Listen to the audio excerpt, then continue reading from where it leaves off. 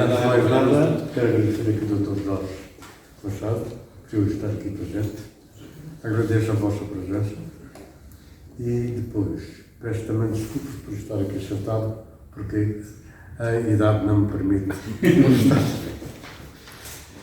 Eu tenho aqui um escrito, não muito longo, mas pareceu-me oportuno estar a deixar bem vincada a posição que eu defendo nesta questão sobre o direito de greve dos políticos. Em 1986, a então Comissão Pro-Assasp celebrou um colóquio aqui, no Porto, a celebrar o seu 4º aniversário. A senha persecutória então existente, marcada pelo desterro do Comissário Santinhos, dos 2 agentes da Madeira e do agente João Cunha, entre outros casos, continuava, no entanto, gravada como exemplo vivo, não apenas da tenacidade e da justeza da luta em que toda a classe profissional da PSP estava empenhada e do sofrimento que este tipo de luta acarreta, como a miopia política com que os poderes constituídos encaravam as reivindicações.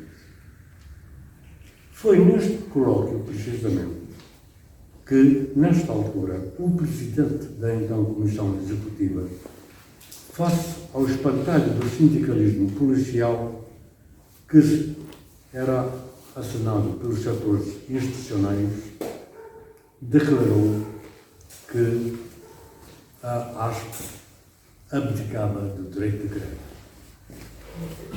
Relembro que a luta pelo sindicalismo na PSP foi o primeiro e o mais relevante processo reivindicativo de um direito democrático em pleno Estado de Direito democrático.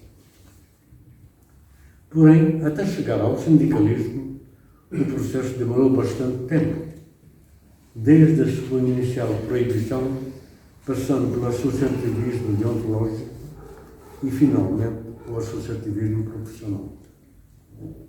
Hoje, volvidos 21 anos sobre o reconhecimento legal do sindicalismo na PSP, o tema em debate é precisamente o direito à greve, que não é permitida. Atenção pela palavra que eu digo, que não é permitida. A este propósito, começaremos por dizer que qualquer que seja a solução para o caso, esta terá que ser encontrada no quadro da Constituição da República, nomeadamente do seu artigo 270, conjugado com o artigo 18, número 2 da Constituição. É nestes precisos termos que tem de ser entendida a Lei número 14/2002, de 19 de fevereiro, quando, no seu artigo 3º, número 1, a linha D, se limita a dizer que aos profissionais da PSP não lhes é permitido exercer o direito de greve. A não se entender assim, estaríamos a fazer uma leitura legal da Constituição e não uma leitura constitucional da lei. É precisamente isto que dispõe o artigo 11º, número 2 da Convenção Europeia dos Direitos do Homem, que o exercício, ao dizer que o exercício do direito só pode ser objeto de restrições que, sendo previstas na lei, constituem disposições necessárias. Importa sublinhar que estamos no domínio de restrições ao exercício de direitos. Ora, restrição não é proibição. Para restringir um direito, é preciso que o mesmo exista. Não se pode restringir um direito inexistente. Pode-se sujeitar o direito à greve a restrições, como aliás bem definiu o Dr. Clooney, sujeitá-lo a uma compressão, mas não lhe proibir. Uma segunda característica é de que uma restrição não pode ser de modo a descaracterizar o próprio direito, sob pena de negação do próprio direito. Qualquer restrição que se faça não pode descaracterizar o direito que se restringe. Finalmente, a restrição a introduzir ter-se-á de limitar ao estritamente necessário, sob pena de incorrer no vício da restrição por excesso a que alude o artigo 18, número 2 da Constituição da República. Para o Poder Executivo, uma greve de polícias põe a segurança interna em perigo. Era o mesmo argumento que então se utilizava para proibir o sindicalismo. Mas não pegou, porque a realidade do país demonstrou que se trata de uma premissa falsa.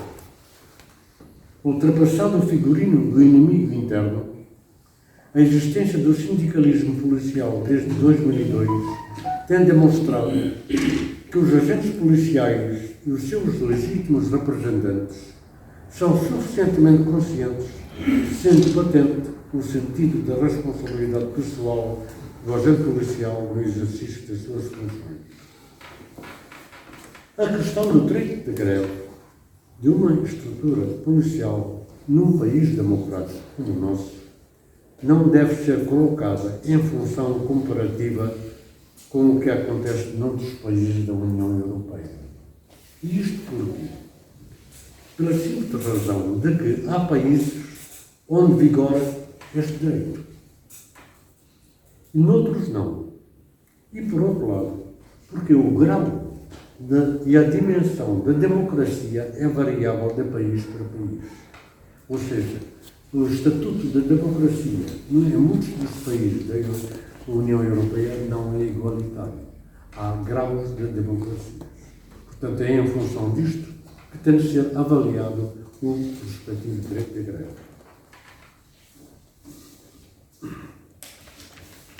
Mas, e aqui é a grande questão, segundo a ASP, o maior sindicato policial, a negociação e o diálogo social com o Ministério da Tutela é algo que não passa de uma quimera, com meras promessas, sem que as aspirações da classe profissional policial sejam satisfeitas ou respeitadas.